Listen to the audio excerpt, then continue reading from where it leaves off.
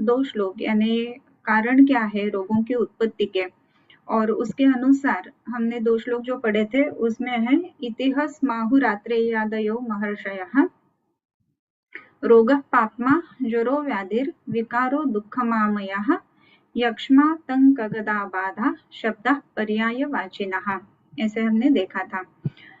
इसमें निदानम पूर्व रूपाणि उपशयस्तथा संप्राप्तिश्चेति विज्ञानम रोगाणां पंचधा स्मृतम, इधर तक हमने देखा था। फिर निदानम पूर्व रूपाणि उपशयस्तथा संप्राप्तिश्चेति विज्ञानम रोगाणां पंचधा स्मृतम, रोग के अलग अलग वर्डिंग्स जो बताए गए हैं, सिनोनिम्स जो बताए गए हैं, रोग पापमा ज्वर व्याधि विकार दुख आमय यक्ष्मा आतंक गद आबाध या बाधा शब्दाः, ये जो शब्द है उसके सबके अर्थ हमने देखे थे। फिर उसके आगे जो है वो कोई भी व्याधि जानने के लिए जो उपाय है वो बताए गए हैं, निदान पूर्व रूप उपशय और संप्राप्ति। संप्राप्तिश्च, इसका भी हमने अर्थ क्या है च का, ये भी देख लिया था। आज आगे जाएंगे। निमित्त हेत्वायतन प्रत्ययोत्थान कारणैः निदानमाहुः पर्यायैः प्राग रूपम ये न लक्ष्यते। निदानम आहुः पर्यायैः, निदानम आहुः, निदान के अलग अलग पर्याय बताए गए हैं। किससे ये पर्याय बताए गए हैं? अगर हम देखते हैं तो निमित्त हेतु आयतन प्रत्यय उत्थान और कारण और निदान, ये जो बताए गए हैं निदानम आहुः पर्यायैः, ये पर्याय से बताए जाते हैं निदान के जो शब्द है वो। पहला जो शब्द बताया गया है वो है निमित्त। निमित्त इसका मतलब है कि हम जैसे कहते हैं ना बाकी कुछ नहीं था वो निमित्त हो गया, बाकी सब जो है वो तो पहले था ही। जिसको हम हेतु कहते हैं, जो निमित्त कारण ऐसे कहते हैं, ये जो है वो निदान यानी हेतु है। अभी निमित्त अगर हम देखते हैं तो उसमें अलग अलग बातें हम देखते हैं कि बाकी सब योजना उधर होती ही है और फिर एक ही कारण ऐसा हो जाता है कि जो रोगों की उत्पत्ति के लिए कारण होता है, इसको हम निमित्त कारण ऐसे कहते हैं। ये निमित्त कारण है वो क्या है? पहले ही गृहिणी है शरीर में, विकृति तो है ही, उदर में अग्निमांद्य है और फिर कुछ ना कुछ अलग से खाने में आया, गुरु आहार हो गया, अतिसार चालू हो गया। इसमें अर्श अतिसार गृहिणी अन्योन्य निदानुभूत है। गृहिणी की संप्राप्ति शरीर में है ही और उधर ऊपर से अगर गुरु आहार ये कारण हो गया तो ये निमित्त कारण हो गया। या फिर जैसे कि पानीपुरी जैसा आहार लिया है कि जो शरीरों के दोषों को प्रभुत दोष कर देगा या फिर प्रभुत प्रभावित कर देगा। ऐसे अगर हमने कुछ खाया है तो उसमें क्या हो जाएगा कि इमीडिएटली उसमें संप्राप्ति हो जाती है और हम उसको कहते हैं कि ये निमित्त हुआ है। इसको निमित्त ऐसे कहा गया है। हेतु इसका जो अर्थ है उसमें अगर हम देखते हैं तो ये क्यों हुआ है, ये जो बताने के लिए प्रयास किया जाता है उसको हेतु ऐसे कहा जाता है। कुछ भी अगर कोई भी संप्राप्ति होती है तो इसका हेतु क्या है? इसी का मतलब ऐसा है कि इसमें कार्यकारी यानी प्रकृति विकृति जो होती है उसके जो प्रकृति है उसको हेतु कहा जाता है और विकृति जो है वो प्रोडक्ट है उसका। इसी के लिए हेतु ऐसे कहा गया है। फिर आयतन, ये एक शब्द आया है। ये आयतन क्या है? आयतन इसका मतलब है कि स्थान। अगर शरीर में कोई भी विकृति, कोई भी आशय में विकृति है या फिर कोई भी स्रोतस में विकृति है तो स्थान संश्रय जो है वो इमीडिएटली हो जाएगा, राइट। अगर स्थान संश्रय होने के लिए जगह है ही नहीं तो विकृति होने की संभावना होती है क्या? तो नहीं होती है। इसी को हम धातु बल ऐसे कहते हैं और ये अगर धातु बल हमारे पास नहीं है तो क्या हो जाएगा? इमीडिएटली संप्राप्ति यानी स्थान संश्रय हो जाएगा और फिर व्यक्ति और भेद, इसमें पेशेंट के जो लक्षण है वो लैंड अप हो जाएंगे। इसमें हमने क्या देखा है कि आयतन इसका मतलब है कोई भी स्थान। स्थान जो है वो कुछ अवयव हो सकता है, कोई धातु हो सकता है, कोई स्रोतस हो सकता है। ये जो अलग अलग स्थान है ये व्याधि उत्पन्न करने के हेतु है। क्यों हेतु है? जैसे कि अभी मैंने गृहिणी का ही एग्जाम्पल दिया। अगर शरीर में ग्रहणी है ही नहीं और फिर कुछ ना कुछ अलग खा लिया है, तो भी अग्नि अच्छा होने के कारण, अग्नि की प्रदीप्ति होने के कारण और धातुओं में वैगुण्य नहीं होने के कारण संप्राप्ति होती है? तो नहीं होती है। सो उधर व्याधि उत्पन्न हो जाएगा? नहीं हो जाएगा। सो अगर आयतन नहीं है तो व्याधि उत्पत्ति नहीं होती है, हेतु सेवन होता है तो भी। और इसी के लिए जो हेतु ऐसा है कि शरीर में ही स्थान विकृति करके छिपा हुआ है, उसको आयतन ऐसे कहा जाता है। इसी को कभी कभी ग्रहणी या फिर क्या बोल सकते हैं, अवयव के नाम से भी वो व्याधि जाना जाता है।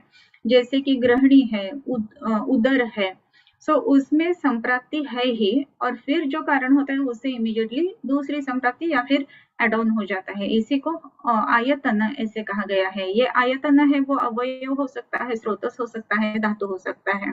ओके, निमित्त हेतु आयतन प्रत्यय। प्रत्यय इसका अर्थ यह है कि ये कुछ भी संप्राप्ति होती है तो उसमें, हाँ ये मुझे प्रत्यय आ गया है, इसमें से जो हम समझ लेते हैं उसको प्रत्यय ऐसे कहते हैं। बाकी सब तो ठीक है, लेकिन यथा विषादी ये जो है हेतु वो प्रत्यय हेतु है। सो ये अगर है शरीर में तो संप्राप्ति हो ही जाती है। सो ऐसे जो है वो प्रत्यय ऐसे कहा गया है। प्रत्यय फिर है उत्थान। उत्थान इसका मतलब ऐसा है कि उत्थित करने वाला या फिर प्रकोपित करने वाला।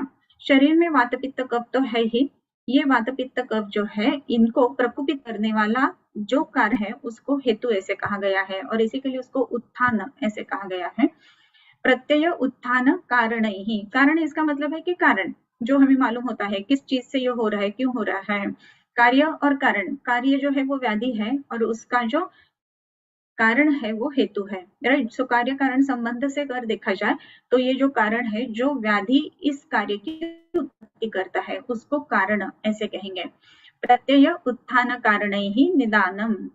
निदान इसका मतलब ही ऐसा है कि इसका निदान निश्चित ही हम कर सकते हैं। जो कुछ भी व्याधि उत्पन्न होता है उस व्याधि के हेतुओं के अनुसार संप्राप्ति जाएगी। अगर पित्त प्रकोप करने वाले कुछ हेतु हुए हैं तो पित्तज व्याधि होगी। सो ये निदान हो गया। निदान निश्चित ही उसके हो गए कि पित्तज जो कुछ भी व्याधि है वो हुआ है, या फिर कफ प्रकोपक हेतु सेवन किए गए हैं। सो निदान निश्चिति कैसी होगी, तो कफ प्रधान व्याधि होगा उससे। सो ये जो है ये प्रधान व्याधि या फिर जो स्पेसिफिक निदान निश्चित हम जैसे कह सकते हैं उसे निदान ऐसे कहा सकता है।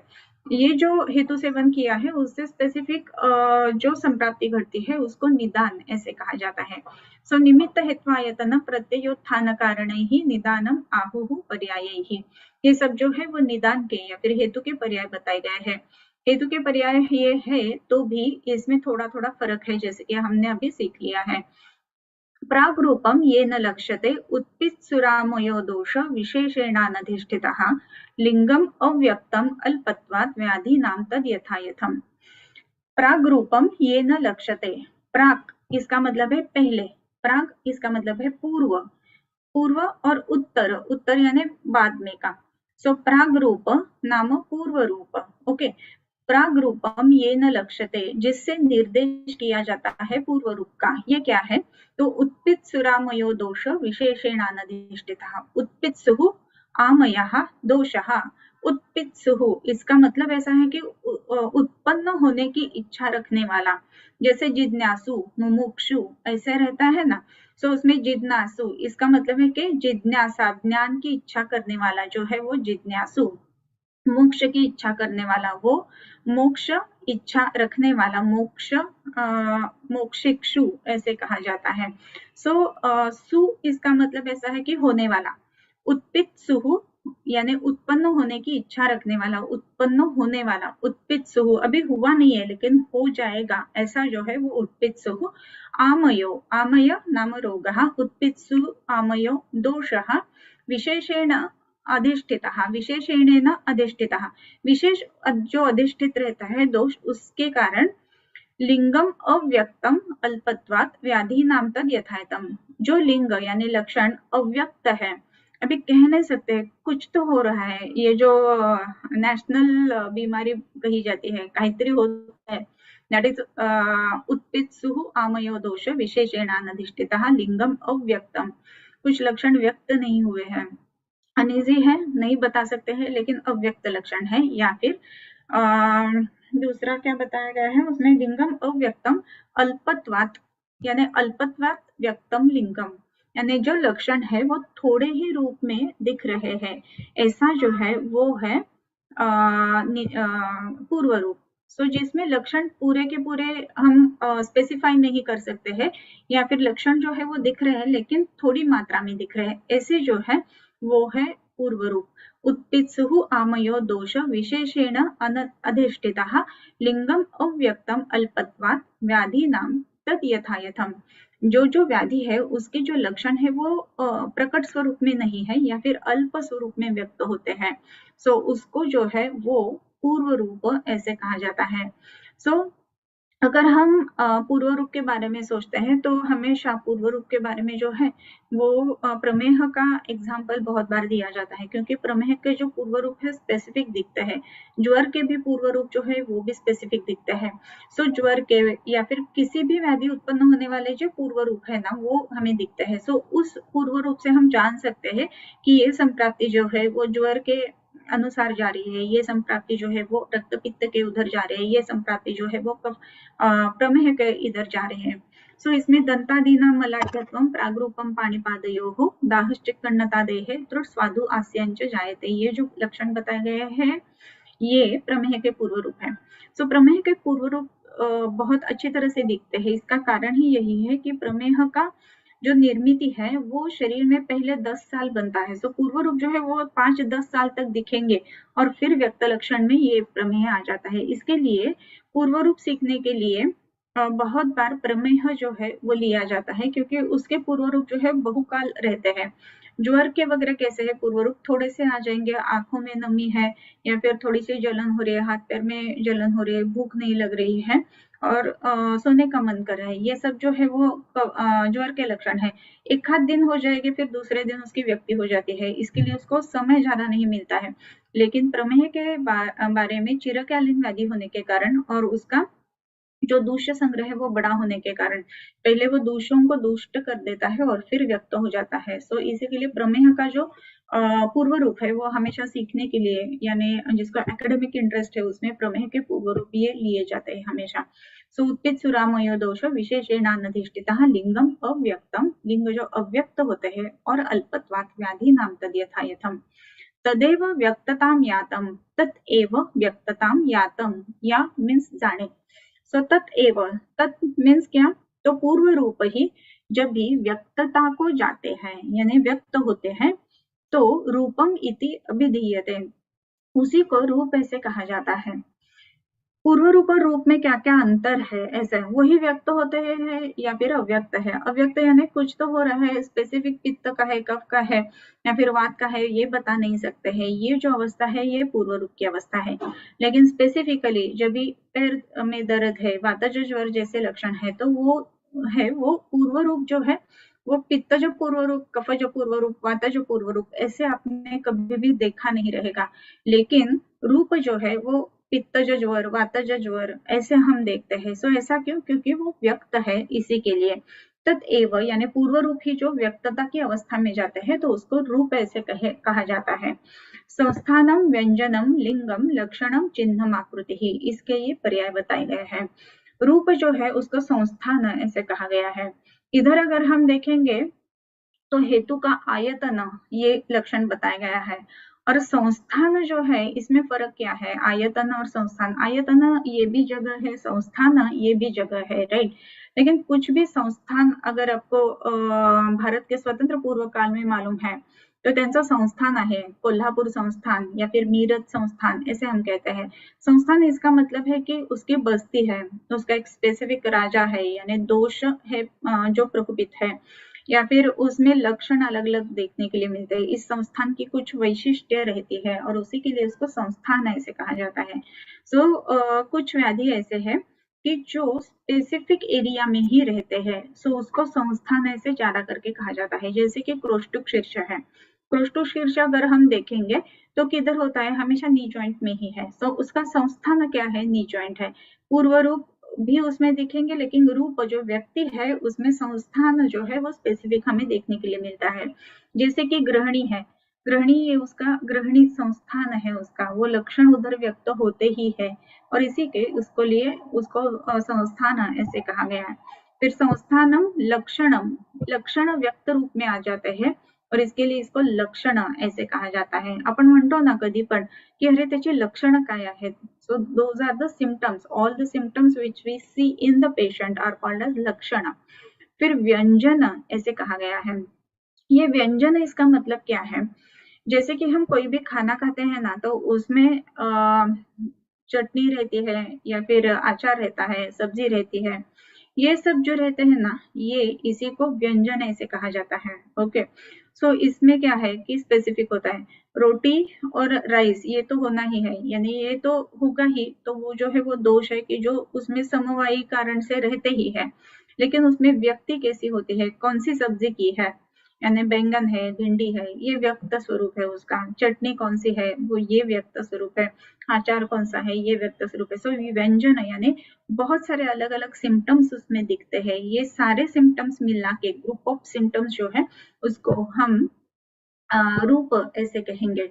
सो व्यंजन इसके बारे में हो गया। फिर लिंगम, लिंग नाम लक्षण, लिंग इसका मतलब है कि प्रत्यात्मक लिंग ऐसे कहा जाता है। हर एक व्याधि का प्रत्यात्मक लिंग, यानी जिसको सिग्नेचर स्टेप ऐसे आजकल हम कह सकते हैं, राइट। कोई भी डांस में एक सिग्नेचर स्टेप रहता है, सो वैसे ही इसमें कुछ स्पेसिफिक बातें रहती है कि ये होगा ही। सो ज्वर अगर है तो शरीर मन संताप, हाँ ये होगा ही, this is the signature of the jwara. So इसको प्रत्यात्मक लिंग ऐसे कहा जाता है।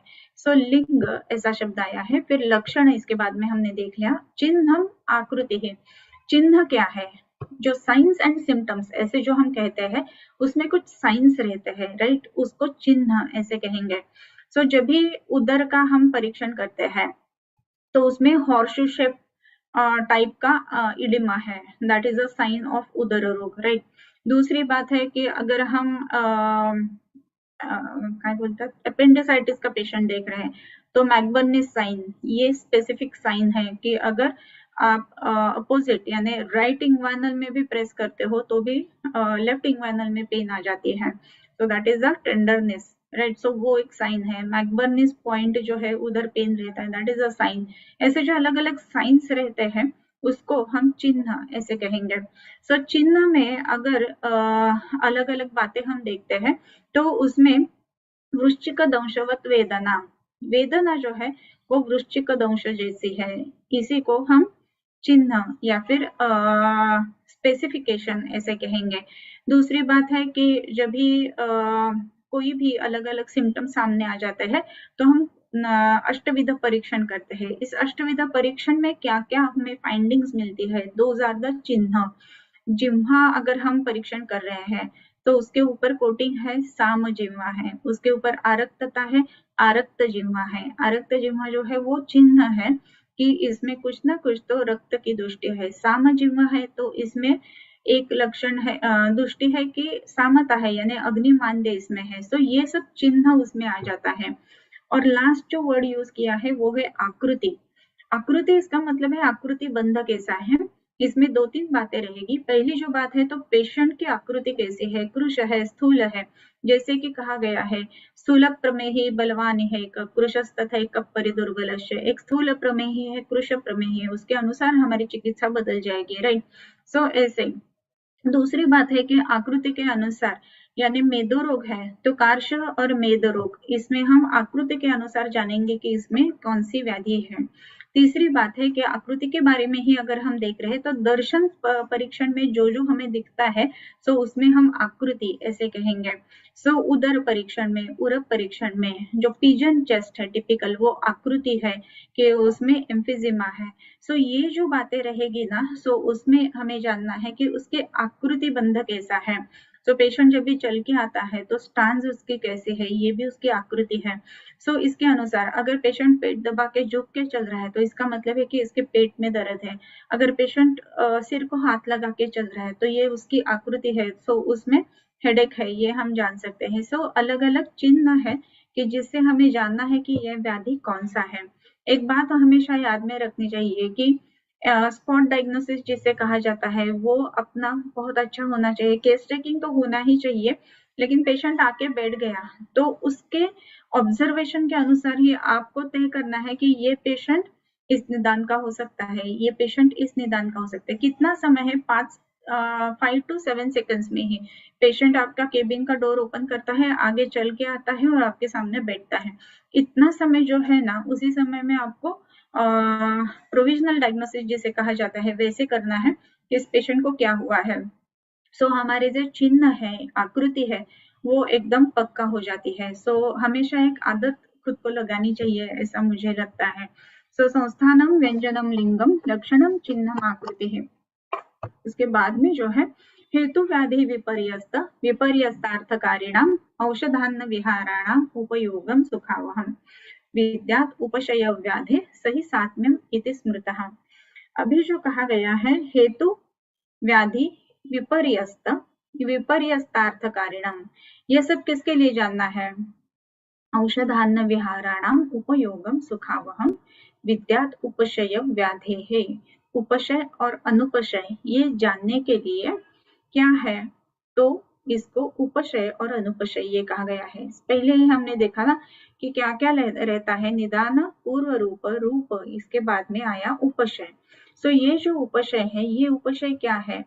तो उपशय का अर्थ जो बताया गया है, तो औषध अन्न विहाराणाम सुखावहम उपयोगम उपशयम। औषध, अन्न और विहार, इसका उपयोग करने के बाद जो सुखावह होता है उसको उपशय से कहा जाता है। इसका एक क्लासिकल एग्जाम्पल हमेशा दिया जाता है कि आमवात है, संधिगत वात है। सो आमवात में अगर आप स्नेहन करते हो तो यानी उसमें औषध प्रयोग स्नेहन ये किया जाता है। सो उसमें आमवात में दिक्कतें आती है, पेन बढ़ जाता है। और अगर संधिगत वात है तो उसमें सुखावह रहता है, राइट। सो ये इसका उपशय और अनुपशय ये कहा जाता है। वैसे ही हेतु व्याधि विपर्यस्त विपर्यस्तार्थकारिणाम ये प्रकार बताए गए हैं कि जो उपशय और अनुपशय के बारे में ये प्रकार किए गए हैं। सो ये प्रकार कौन से हैं? सो एक तो है हेतु विपरीत उपशय, यानी कोई भी जो हेतु हुआ है उसके विपरीत अगर क्रिया की जाती है औषध से, आहार, अन्न से, विहार से, तो उसमें जो है वो उपयोग सुखावह हो जाएगा। जैसे कि तक्र जो है वो अर्श के लिए हितकर है। अर्श या फिर गुद रुजा, ये पेशेंट कंप्लेंट लेके आपके पास आता है और उसको अगर हम तक्र देते हैं तो तक्र क्या है? तो तक्र जो है वो अग्नि को प्राकृत करने वाला है। तक्र जो है वो पित्त का शमन करने वाला है। अगर मिर्ची खाके पेशेंट को गुददाह हो रहा है तो उधर हम तक्र देते हैं तो वो हेतु उपशय हो जाएगा, राइट। सो हेतु क्या है? तीक्ष्ण उष्ण है, उसके विपरीत जो है वो हमने तक्र उधर यूज किया है जो कि द्रव गुण का है, पित्त शमन है। सो ये हुआ हेतु विपरीत उपशय। फिर इसका है व्याधि विपरीत। व्याधि विपरीत इसका नाम क्या है कि कुछ स्पेसिफिक व्याधि ऐसे है कि उसका जो मेडिसिन है वो स्पेसिफिक ही होता है। सो इसके अनुसार हम जान सकते हैं कि ये उपशम है या नहीं है। जैसे कि गुड़ूची का बताया जाता है कि गच्छतः अश्नतः, ये वातरक्त का हेतु है और वातरक्त के ऊपर व्याधि के अनुसार व्याधि विपरीत चिकित्सा जो बताई गई है वो गुड़ूची है। तो व्याधि विपरीत चिकित्सा की जाती है तो उसका परिणाम जो है वो अच्छा आ जाता है। और तीसरा जो प्रकार बताया गया है ये है हेतु व्याधि विपरीत चिकित्सा या फिर हेतु व्याधि विपरीत उपशय। हम देखेंगे। सो हेतु व्याधि विपरीत यानी दोनों के लिए भी विपरीत रहेगा। इधर जैसे कि मैंने आपको कहा कि तक्र और मिर्ची, इसका उदाहरण दिया अर्श में, गुददाह में। सो गुददाह वाला ही पेशेंट है, लेकिन अगर मैंने तक्रारिष्ट बनाया तो हेतु जो है कि जो तीक्ष्ण उष्ण जो है उसकी भी चिकित्सा हो जाती है। और व्याधि कैसा है? अर्श अतिसार ग्रहणीय सन्ने नले संति न संति दीप्ते, ऐसे कहा गया है। इसमें अगर अग्निमांद्य है तो विकृति ज्यादा बढ़ जाती है। सो अग्नि का जो है वो प्रासादित्व वो भी बढ़ाना है। सो तक्रारिष्ट अगर बनाया जाता है तो उसमें व्याधि की चिकित्सा भी हो जाती है, हेतु की चिकित्सा भी हो जाती है। सो इसी के लिए हेतु व्याधि विपरीत ऐसा शब्द आया है। फिर इसमें और भी स्पेसिफिकेशन आ जाएगा। हेतु विपरीत औषध, आपको एक होमवर्क देना है, ये आप लिख के लीजिए। सो हेतु विपरीत औषध, हेतु विपरीत अन्न, हेतु विपरीत विहार। ओके, फिर व्याधि विपरीत औषध, व्याधि विपरीत अन्न, व्याधि विपरीत विहार। हेतु व्याधि ये हो गए। और अभी हेतु व्याधि जैसे कि दोनों एक साथ है, मिले जुले हैं। सो हेतु व्याधि विपरीत औषध, हेतु व्याधि विपरीत अन्न, हेतु व्याधि विपरीत विहार। ओके, इसके आपको एग्जाम्पल्स लिखने हैं। फिर ये विपरीत के बारे में हो गया। दूसरा जो शब्द यूज किया गया है वो है विपरीतार्थकारी। विपरीतार्थकारी, इसका मतलब ऐसा है कि जैसे हम कहते हैं कि कांटे से कांटा निकालना। अगर कांटा गया है अंदर तो फिर से कांटा उधर लाना, ये बात अच्छी नहीं है, ऐसा हमें लगेगा, लेकिन वो हेल्पफुल रहता है, राइट। जैसे कि कुछ भी एब्सेस हुआ है, सो एब्सेस में पेन है, ओश चोष जैसे वेदना है उधर। सो अगर ओश चोष वेदना है तो पित्त के लक्षण उसमें दिख रहे हैं, राइट। लेकिन हम क्या करते हैं मेडिसिन उसके लिए कि उपनाह करते हैं। सो उपनाह जो है वो उष्ण तीक्ष्णता बढ़ाता है, राइट। लेकिन फिर भी उस उपनाह करने के बाद उपशय मिलता है। ये जो है वो विपरीतार्थकारी ऐसे कहते हैं। जैसे लक्षण है उष्ण तीक्ष्ण है, वैसी ही उष्ण तीक्ष्ण चिकित्सा की हुई है, लेकिन ऐसी चिकित्सा करने के बाद भी उपशय मिलता है, दैट इज विपरीतार्थकारी। यानी हम जैसे कहते हैं ना, 1 माइनस इंटू -1 इंटू -1 दोनों नेगेटिव है तो एक पॉजिटिव हो जाता है। उस तरीके से जो चिकित्सा की जाती है उसको विपरीतार्थकारी चिकित्सा ऐसे कहा जाता है। दूसरा एक उदाहरण इधर जरूर बता सकती हूँ कि जैसे उन्माद के पेशेंट्स रहते हैं, जो जब भी कुछ भी सुनते नहीं है, उनके हेल्यूसिनेशंस में है और कुछ भी वो नहीं अभी रिस्पॉन्ड कर रहे हैं, ऐसे जो पेशेंट्स रहते हैं ना, उनमें एक अग्निकर्म चिकित्सा करनी चाहिए आवर्त के जगह पर, ऐसे कहा गया है। सो ये क्यों करना है? सो ये भी विपरीतार्थकारी चिकित्सा है, ये त्रासन चिकित्सा है, राइट। त्रासन करने से पहले ही रुग्ण जो है वो त्रस्त है, उसको जितना हम समझाएंगे और उलझाएंगे ऐसे अगर करेंगे ना तो वो ज्यादा करने लगता है जो हरकतें करता है वो। सो उसको अगर थोड़ा सा हम काबू में करना चाहते हैं तो उसमें त्रासन करना जरूरी है। सो पहले ही त्रस्त पेशेंट है, फिर भी उसको अगर हम ये अग्निकर्म चिकित्सा करते हैं तो इमीडिएटली वो शांत हो जाता है। सो ऐसी जो स्पेसिफिकेशंस है उसको हम विपरीतार्थकारी ऐसे कहेंगे। सो ये अलग अलग उसके उदाहरण है। फिर आपको अभी कुछ वर्ड्स लिखने हैं। सो उसमें जो है वो हेतु विपरीतार्थकारी, व्याधि विपरीतार्थकारी, हेतु विपरीतार्थकारी औषध, हेतु विपरीतार्थकारी अन्न, हेतु विपरीतार्थकारी विहार। ओके, अभी व्याधि विपरीतार्थकारी औषध, व्याधि विपरीतार्थकारी अन्न, व्याधि विपरीतार्थकारी विहार।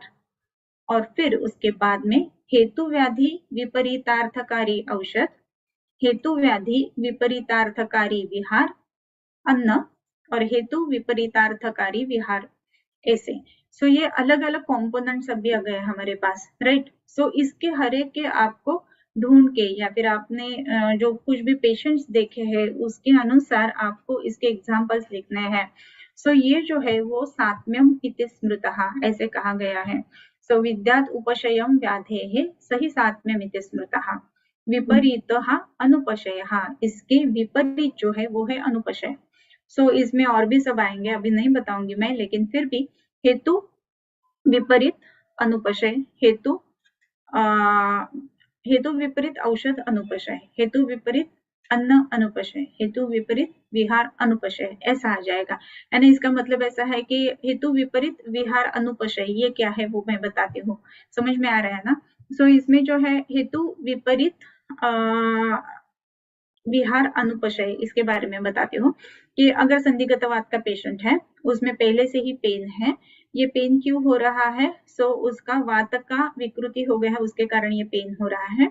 इसमें अगर मैंने ट्रेकिंग ये विहार किया तो अनुपशय हो जाएगा, राइट।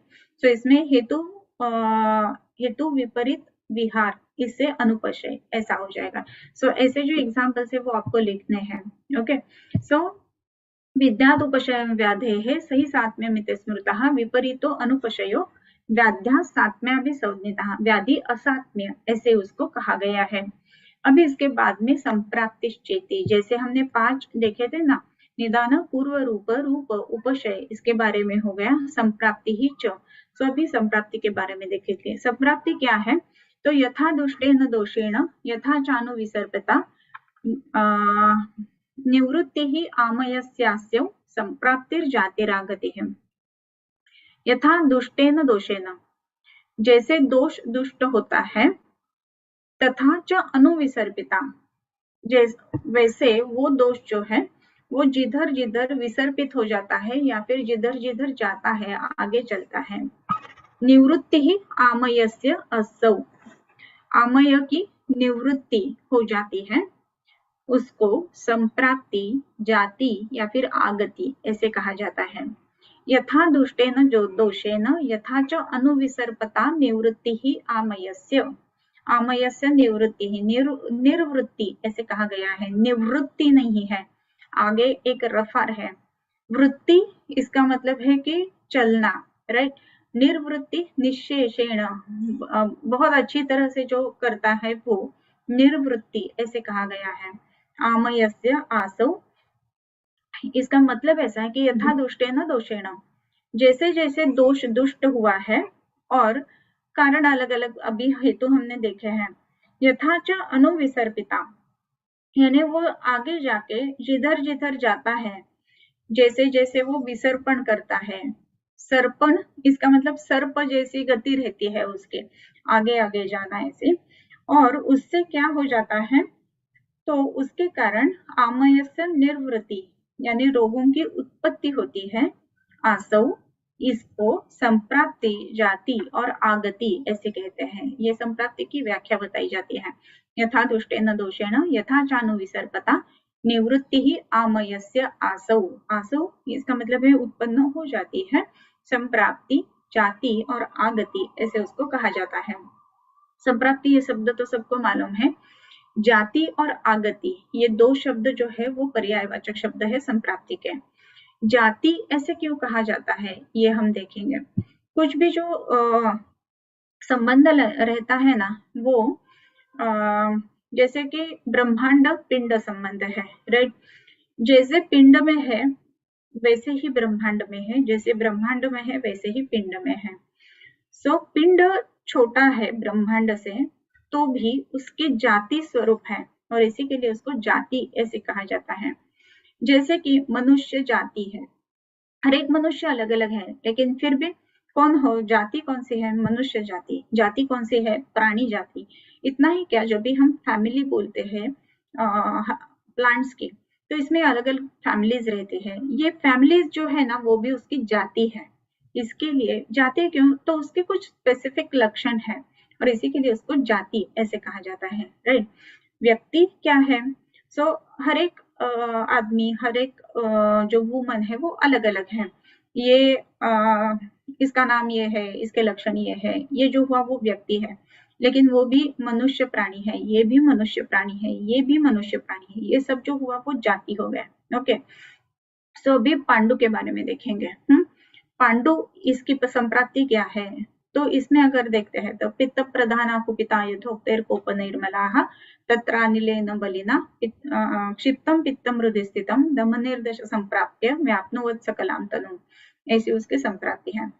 सो हर एक पेशेंट में जो पांडु होगा उसमें प्रकार अलग अलग रहेंगे। जैसे कि वातज पांडु है, पित्तज पांडु है, कफज पांडु है, मृद भक्षण जन्य पांडु है। ये उसकी अलग अलग व्यक्ति हो गई, लेकिन हर एक की संप्राप्ति जो है वो एक ही तरह से होती है, पित्त प्रधाना कुपिता। सो ये जो संप्राप्ति है ये सबके लिए कॉमन है। जैसे कि हर एक आदमी, हर एक स्त्री, हर एक पुरुष अलग अलग है, लेकिन हर एक का जाति जो है वो पुरुष यानी ह्यूमन ऐसी जाति है।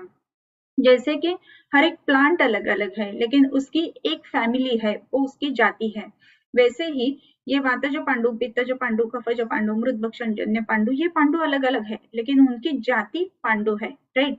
सो इसकी संप्राप्ति जो है वो एक ही तरफ से होती है, एक ही तरीके से होती है, भले उसमें कुछ ना कुछ अलग अलग बातें रहेंगी। जैसे पित्तज पांडु में विशेष पित्त प्रकोपक व्याधि रहेंगे, वातज पांडु में वात और पित्त तो है ही, लेकिन जो हेतु रहेंगे वो स्पेसिफिक वातज पांडु के रहेंगे। सो इसमें थोड़ा थोड़ा भेद रहेगा, लेकिन फिर भी सबकी जो संप्राप्ति है वो एक ही तरीके से जाती है, और इसी के लिए उसको जाति ऐसे कहा गया है। और जाति के अलावा उसकी व्यक्ति क्या रहेगी, व्यक्ति जो है वो वातज पांडु, पित्तज पांडु, कफज पांडु, ये उसकी व्यक्ति रहेगी। ओके, सो यथा दुष्टेन दोषेण यथा शानु विसर्पता निवृत्ति ही आमयस्य आसौ संप्राप्ति ही जाति और आगति ऐसे ही कहा गया है। गति और आगति यानी कोई भी जो व्याधि है उसका प्रोग्नोसिस कैसा है, ये आगति से पता चलता है। जैसे कि कहा जाता है कि सर्व लक्षण अगर व्यक्त है, हेतु सर्व जो जो बताए गए हैं वो है, और फिर ऐसे में जो संप्राप्ति यानी प्रोग्नोसिस आगे जाता है वो विकृति के तरफ ज्यादा जाता है। लेकिन सर्व लक्षण उत्पन्न नहीं है, हेतु सब नहीं है, ऐसा अगर है सो उसका प्रोग्नोसिस अच्छा रहेगा। सो गति और आगति ऐसे दो शब्द उसमें लिखे गए जाते हैं।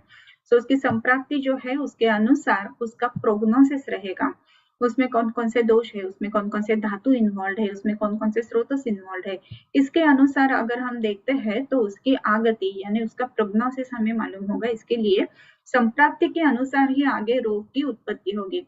अगर संप्राप्ति में बहुत ही कम हेतु है, कुछ भी ज्यादा नहीं है, मेरा आहार अच्छा है, अग्नि के अनुसार मैं आहार ले रही हूँ, बराबर मात्रा में मैं आहार ले रही हूँ, लेकिन फिर भी क्या हो गया कि मैं कल जो है वो बारिश में भीग गई, फिर बाद में आने के बाद एक दो छींकें आई, मेरा सर गीला रहता और इसी के लिए ज्वर की संप्राप्ति हुई, ऐसा अगर है तो संप्राप्ति का जो प्रोग्नोसिस जो है ना वो इमीडिएटली 2-3 दिन में मैं अच्छी ही हो जाऊंगी, राइट। लेकिन अगर किसी पेशेंट का खाना बाहर का ही है हमेशा, दूसरी बात है कि रेनी सीजन है, या फिर दूसरी बात है कि उसने बहुत ज्यादा खाया है, अजीर्ण के भी उसमें हेतु है, उसके भी बाद में वो कल रात को बहुत जागा, 3-4 दिन से बहुत काम चल रहा था, इसलिए बहुत उसका नाइट का जो काम है वो बहुत ज्यादा देर तक चला, इसके लिए वो सोता भी नहीं था। उसको कॉम्पनसेट करने के लिए वो दोपहर को सो भी रहा है और बाहर का खा भी रहा है। सो इसमें अगर संप्राप्ति देखी जाए तो बहुत सारे हेतु है, मल्टीपल हेतु है, और उन हेतुओं के कारण जो ज्वर होगा वो जल्दी से जाएगा नहीं, सो उसका प्रोग्नोसिस जो है वो ज्यादा बेटर नहीं रहेगा।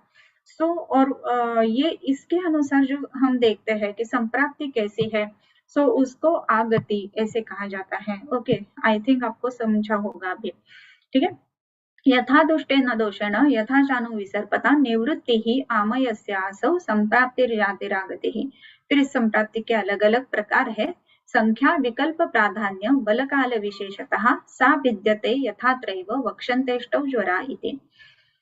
संख्या विकल्प, इसमें अभी कौन कौन सी संप्राप्ति के प्रकार है, संख्या संप्राप्ति, विकल्प संप्राप्ति, प्राधान्य संप्राप्ति, बल काल विशेषतः, बल से काल से जो संप्राप्ति बदल जाती है, सा विद्यते, बल संप्राप्ति, काल संप्राप्ति, विशेष संप्राप्ति, इससे वो संप्राप्ति के अलग अलग प्रकार बताए गए हैं। सा विद्यते, इससे क्या है, विद्यते यानी उसके अलग अलग टाइप्स है संप्राप्ति के। यथा अत्र एव वक्षन्ते, जो अभी मैं बता रहा हूँ, अष्टौ ज्वराः इति, इसमें क्या कहा गया है, संख्या बताई गई है। ज्वर कितने प्रकार का रहता है, 8 प्रकार का रहता है। सो ये जो हुई उसकी संख्या संप्राप्ति है। या फिर कास कितने प्रकार का है, पंचकासा स्मृता वात पित्त श्लेष मक्षत क्षयैः क्षयायोपेक्षिता सर्वे बलिनश्चोत्तरोत्तरम। सो कास कितने हैं, 5 कास है। इसके ज्वर के प्रकार कितने हैं, 8 प्रकार है। ये जो संख्या बताई जाती है उसको संख्या संप्राप्ति ऐसे कहा जाता है। जो अलग अलग रोगों के अलग अलग प्रकार बताए गए हैं वो है संख्या संप्राप्ति। फिर जो है वो विकल्प संप्राप्ति, दोषाणां समवेतानां विकल्प अंशांश कल्पना, दोषाणां समवेतानां विकल्पः अंशांश कल्पना। अभी पित्त प्रकोप है, ऐसा ही देखेंगे, पित्त प्रकोपक व्याधि है। सो उसमें क्या है कि 2 व्याधि हम देखेंगे, पित्तज ग्रहणी है और विदग्धाजीर्ण है। दोनों व्याधि है पित्त प्रकोप से ही हुए हैं। लेकिन विदग्धाजीर्ण जो है वो अगर हम देखते हैं तो पित्त के तीक्ष्ण गुण से है, जिधर दाह है ज्यादा। और दूसरी जो बात है, अगर ग्रहणी है और पित्त जो ग्रहणी है, सो उसमें अगर देखेंगे पित्तम स्नेह तीक्ष्णोष्णम लघु विश्रम सरम द्रवम, ऐसा है। सो पित्त का अगर द्रव गुण बढ़ गया है, पित्त का तीक्ष्ण गुण बढ़ गया है, पित्त का सर गुण बढ़ गया है, इसके अनुसार जो संप्राप्ति अलग अलग जाएगी उसको हम विकल्प संप्राप्ति ऐसे कहेंगे। यानी जैसे विदग्धा जीर्ण है, दाह करने वाला है, तो तीक्ष्ण गुण से पित्त की संप्राप्ति हुई है। जिसमें दाह ज्यादा नहीं है, विदग्धा जीर्ण ही है, लेकिन उसमें अम्लक ज्यादा आ रहे हैं, यानी खट्टे डकार है। दूसरी बात, जिसको हम ऊपर ऐसा रिकर्जिटेशन है वैसा है, सो ये द्रव गुण का द्योतक है, राइट। सो द्रव गुण के पित्त से विदग्धा जीर्ण हुआ है, तीक्ष्ण गुण के पित्त से विदग्धा जीर्ण हुआ है। ये जो अलग अलग संप्राप्ति चलती है उसको हम विकल्प संप्राप्ति ऐसे कहेंगे। ओके, संख्या विकल्प। उसके बाद में है संख्या विकल्प प्राधान्य, प्रधान संप्राप्ति। स्वातंत्र परतंत्राभ्याम व्याधे है प्राधान्यम आदिशेत, ऐसे कहा गया है। स्वतंत्र व्याधि और परतंत्र व्याधि, इसके अनुसार ये प्रधान संप्राप्ति और गौण संप्राप्ति, ये दो प्रकार है। स्वातंत्र और पारतंत्राभ्याम, अभी 15 अगस्त नजदीक ही है। स्वातंत्र और पारतंत्र, इसके बारे में तो हमें मालूम है ही। स्वतंत्र व्याधि है और परतंत्र व्याधि है, इसमें फर्क क्या है? सो प्रमेह है और प्रमेह पीटिका है, या फिर प्रमेह पीड़का है। इसमें पहले की चिकित्सा, जो स्वतंत्र व्याधि की चिकित्सा जो है वो अगर की जाती है तो उसके अनुसार जो परतंत्र व्याधि है उसकी भी चिकित्सा अपने आप हो जाती है, दैट इज कॉल्ड एज परतंत्र व्याधि। प्रमेह है और प्रमेह के कारण जो उत्पन्न हुई है वो प्रमेह पीड़िका है, जिसको हम नॉन हीलिंग वुंड ऐसा कह सकते हैं, प्रमेह पीड़िका। फिर ये अगर नॉन हीलिंग वुंड है जो कि प्रमेह के कारण हुई है, सो पहले प्रमेह की चिकित्सा करना ये बात जरूरी है ही। प्रमेह जैसे जैसे हम चिकित्सा करते हैं वैसे वैसे प्रमेह पीड़िका जो है वो भी अपने आप कम हो जाएगी। This is paratantra. So prameha pidika is dependent on the prameha, and उसी के लिए उसको ऐसा कहा गया है। दूसरी एक बात है, जैसे कि और भी कुछ इसमें हम एग्जाम्पल बता सकते हैं कि ग्रहणी है और उदरशूल है, या फिर ग्रहणी है और अतिसार है, ऐसे कहेंगे। सो अतिसार जो है, ग्रहणी एक दूसरे के निदानक होता है। ग्रहणी के कारण अगर अतिसार हुआ है, सो ग्रहणी की चिकित्सा तो इम्पोर्टेंट है ही। ग्रहणी की चिकित्सा करेंगे तो बीच बीच में इंटरमिटेंट जो लूज मोशंस हो रहे हैं, स्टूल्स हो रहे हैं, उसकी चिकित्सा अपने आप हो जाएगी, दैट इज द पारतंत्र व्याधि। सो स्वतंत्र व्याधि और परतंत्र व्याधि, इसके अनुसार प्रधान संप्राप्ति और गौण संप्राप्ति, ये संप्राप्ति के दो भेद बताए जाते हैं। सो स्वातंत्र परतंत्राभ्याम व्याधे है प्राधान्यम आदिशेत, व्याधि का प्राधान्य जो है इसका निर्देश किया जाता है, किससे? स्वतंत्र व्याधि और परतंत्र व्याधि। स्वतंत्र व्याधि और परतंत्र व्याधि, ये मेरे ख्याल से आपको समझ गया होगा। कभी कभी कैसा होता है ना कि दो अलग अलग संप्राप्तियां शरीर में रहती है और दो अलग अलग व्याधि हो जाते हैं, उसको संकर व्याधि ऐसे कहा जाता है। इसमें इस श्लोक में नहीं है, अभी आगे रहेगा वो, लेकिन फिर भी उसका एक मैं उदाहरण बता देती हूँ कि पेशेंट जो है उसको दो अलग अलग संप्राप्ति हुई है। इसका मतलब ऐसा है कि पेशेंट जो है वो रेगुलर हमारे पास जो आता है वो ग्रहणी के कारण आ रहा है, और पेशेंट टिपिकली जो अभी ये जो रेनी सीजन रहता है उसका एकदम स्टार्टिंग वाला जो रहता है ना, उसमें बहुत ज्यादा उष्णता रहती है, मैंगोज बहुत ज्यादा खाए हुए हैं और उसको एब्सेस हुआ है, ऐसी अगर बात है, विद्रधि हुआ है, ऐसी अगर बात है, तो विद्रधि की संप्राप्ति अलग है और ग्रहणी की संप्राप्ति अलग है, राइट। तो दो संप्राप्तियां एक ही साथ शरीर में चल रही है, उसको व्याधि संकर, संकर नॉट संकट, व्याधि संकर ऐसे कहेंगे। सो दो एक साथ आ जाते हैं संप्राप्तियां, उसको व्याधि संकर ऐसे कहा जाता है। और एक संप्राप्ति से ही दूसरी संप्राप्ति जन्म लेती है उसको हम क्या कह सकते हैं?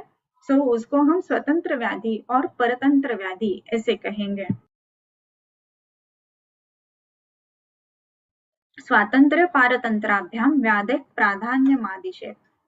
फिर उसके बाद में जो श्लोक आता है वो है हेत्वादिकास्न्य वयवैर बलाबल विशेषणम नक्तन दिनार्तु भुक्तांशेर व्याधि कालो यथामलम इति प्रोक्तो निदानार्थ तम व्यासेन उपदेक्षति।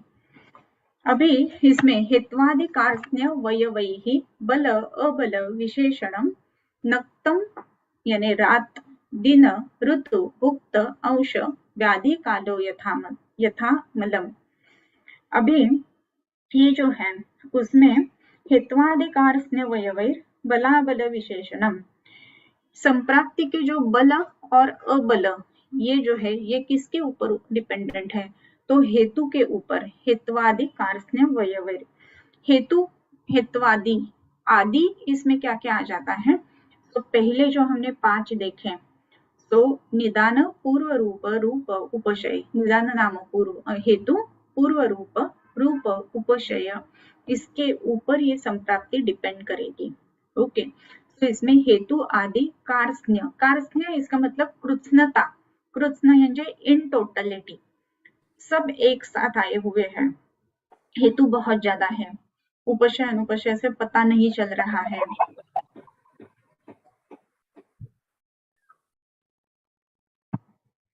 ऐसी अगर बात है, हेत्वादि कार्य सब हेतु एक साथ आए हैं।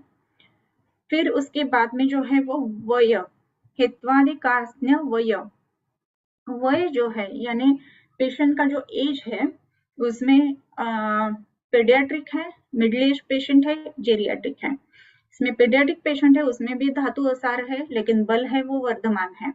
मिडिल एज है बल वर्धमान है और धातु जो है वो सार है। जेरियाट्रिक पेशेंट है उसमें धातु असार है और बल भी कम होने वाला है।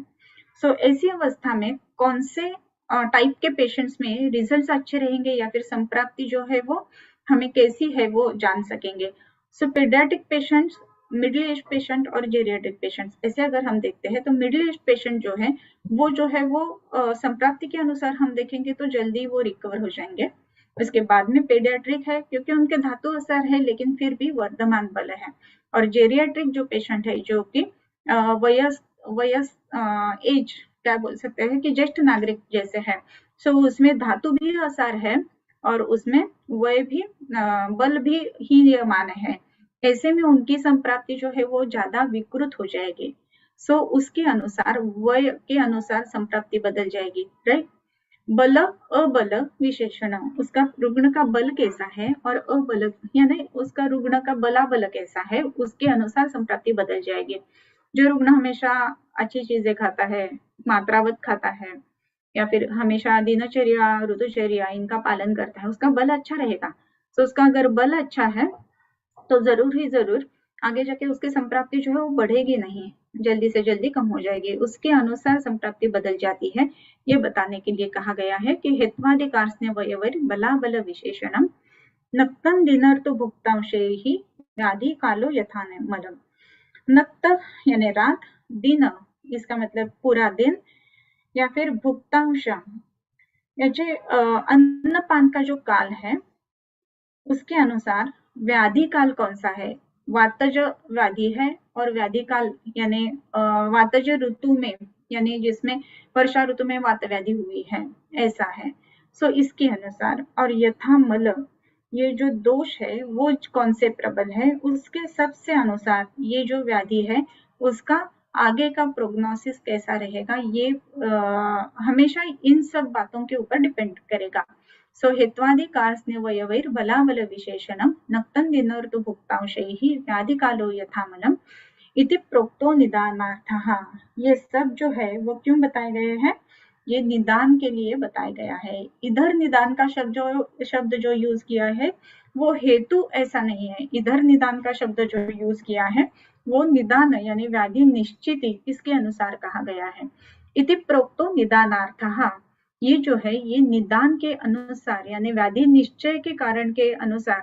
अभी कोई भी व्याधि है उसकी हमने निश्चित कर ली है लेकिन हम ऐसा कहेंगे ना कि हाँ ये जल्दी हो जाएगा, ये नहीं हो जाएगा, इसका ज्यादा केयर करना पड़ेगा, आपको ज्यादा दिन तक मेडिसिन लेना पड़ेगा, ये सब हम कैसे कह सकते हैं पेशेंट को। सो ये सब बातें हम जान देंगे कि इसकी संप्राप्ति कैसी है और उसके अनुसार इसका प्रोग्नोसिस कैसा है, उसके अनुसार उसका मेडिसिन या चिकित्सा कितने दिन चलेगा, ये सब हमें उसको बताना है। सो इति प्रोक्तो निदानार्थ तम व्यासेन उपदेक्षति। व्यास इसका मतलब है विस्तार, आपको पता है कि व्यासेन व्यासोच्छिष्टम जगत्रयम ऐसी एक कहावत है। सो व्यास ने उच्छिष्टम जगत्रयम यानी तीनों जग जो है उसको उच्छिष्ट किया है, यानी हर एक विषय को उसका स्पर्श हुआ है, यानी बहुत ज्यादा बड़ा है उसका जो कुछ भी कार्य है वो। और इसीलिए व्यासेन उपदेक्षते, ये जो हमने अभी सूत्र रूप में बताया गया है वो आगे जाके व्यास यानी विस्तार से हम बताने वाले हैं। तम व्यासेन उपदेक्षते, अभी एक सूत्र या फिर जिसको हम क्या बोल सकते हैं प्रमुख सूत्र ऐसा जो कह सकते हैं वैसा एक बताया गया है, उसको पढ़ के हम इधर रुकते हैं, फिर नेक्स्ट जो है वो नेक्स्ट लेक्चर में लेंगे। अभी के जो सब लेक्चर्स है निदान के वो हर ट्यूसडे को और हर फ्राइडे को ऐसे रहेंगे। पहले हम मंडे और फ्राइडे लेते थे, अभी जो है वो ट्यूसडे और फ्राइडे ऐसे करेंगे। ओके, सो टाइमिंग सेम रहेगा 5 o'clock। सो आपको ट्यूसडे और फ्राइडे ये फॉलो करना है अभी। सो जो लोगों ने सब्सक्राइब नहीं किया है वो लोग जरूर सब्सक्राइब करें ताकि आपको इसके नोटिफिकेशंस भी आ जाए। ओके, सर्वेषामेव रोगाणां निदानं कुपितामलाः तत्प्रकोप्यस्य तु प्रोक्तं विविधाहित सेवनम् अहितं त्रिविधो योगस्त्रयाणां प्रागुदाहृतः तिक्तोषणकषायाल्प वृक्षप्रमितभोजनैः धारणोदीर्णनिशा जागरात्युच्च भाषणैः क्रियाति योगभीशोक चिंता व्यायाम मैथुनैः ग्रीष्माहो रात्रि भुक्तान्ते प्रकुप्यति समीरणः। इधर वात प्रकोप के कारण जो है वो बताए गए हैं, और इसमें एक सूत्र आया है जो है सर्वेषामेव रोगाणां निदानं कुपितामलाः। सब रोगों का मुख्य निदान या फिर हेतु क्या है, तो सब रोगों का जो हेतु है कुपिता मलाहा, कुपित दोष, इधर मलाहा ऐसा यूज किया है शब्द। ये मलाहा जब भी कहते हैं तो हमें हमेशा त्रिविध मल यानी वात मूत्र पुरुष यही आंखों के सामने आ जाता है। लेकिन जब भी कोई भी बात अच्छी तरह से काम नहीं कर रही है या फिर प्राकृत कार्य नहीं कर रही है, ऐसे जो कुछ भी है, जैसे कि कोई अवयव है या फिर कोई धातु है या फिर कोई मल है या फिर कोई दोष है, तो उसको मल कहा जाता है ये नॉमेनक्लेचर में। सो इसी के लिए उसको मल ऐसे कहा गया है। सो सर्वेषामेव रोगाणां निदानं कुपिता मलाः, कोई भी रोग है तो कुपित मल से यानी कुपित दोष से ही उत्पन्न होगा। दोषों को छोड़ के संप्राप्ति नहीं होती है। इवन आगंतुक रोगों में भी संप्राप्ति जो है वो दोषों को छोड़ के नहीं होते। पहले संप्राप्ति हो जाती है फिर दोष इन्वॉल्व हो जाता है आगंतुक रोग में, लेकिन फिर भी संप्राप्ति तो होती ही है, और वो संप्राप्ति दोषों को छोड़ के नहीं है। जैसे कि 12वें अध्याय में कहा गया है, यथा पक्षी परिपतन सर्वतः सर्वमप्यः छायामत्तेति नात्मीया तथा वा कृष्णमप्यदः विकार जातो विविधम त्रीन गुणान्नाति वर्धते, असं म्हटलंय। इसका मतलब ऐसा है कि किधर भी कितना भी ऊंचा या फिर कितना भी लंबा अगर कोई भी पक्षी उड़ रहा है, लेकिन उसकी जो छाया है उससे वो अलग नहीं हो सकता है। यथा पक्षी परिपतन सर्वतः सर्वमप्यः छाया नात्येति न अत्येति, छाया छोड़ नहीं सकता है उसको, कितना भी वो ऊपर जाए नीचे जाए कितना भी लंबा जाए तो भी उसको छाया से अलग नहीं हो सकता है। वैसे भी संप्राप्ति कैसी भी हो जाए लेकिन फिर भी वो दोषों से अलग नहीं होती है। इसी के लिए सर्वेषामेव रोगाणां निदानं कुपितामलाः। ओके, सो इधर तक हमारा आज हुआ है। सो 12th श्लोक हुआ है, 13th श्लोक से नेक्स्ट टाइम लेंगे। ओके,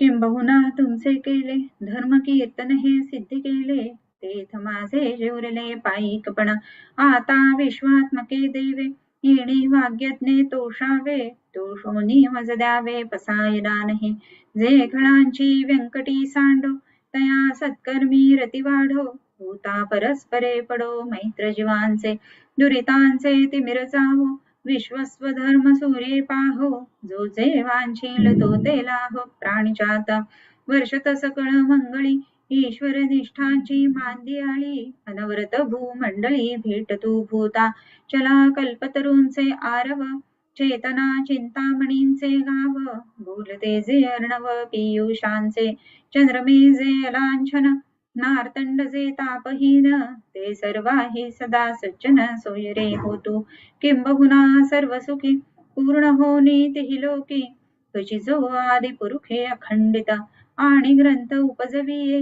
विशेषी लोकी ये दृष्टादृष्ट विजय हो आवेजी येथ म्हणे श्री विश्वेश्वरावो हा होईल दान कसावो येणे वरे ज्ञान देवो सुखिया झाला येणे वरे ज्ञान देवो सुखिया झाला येणे वरे ज्ञान देवो सुखिया झाला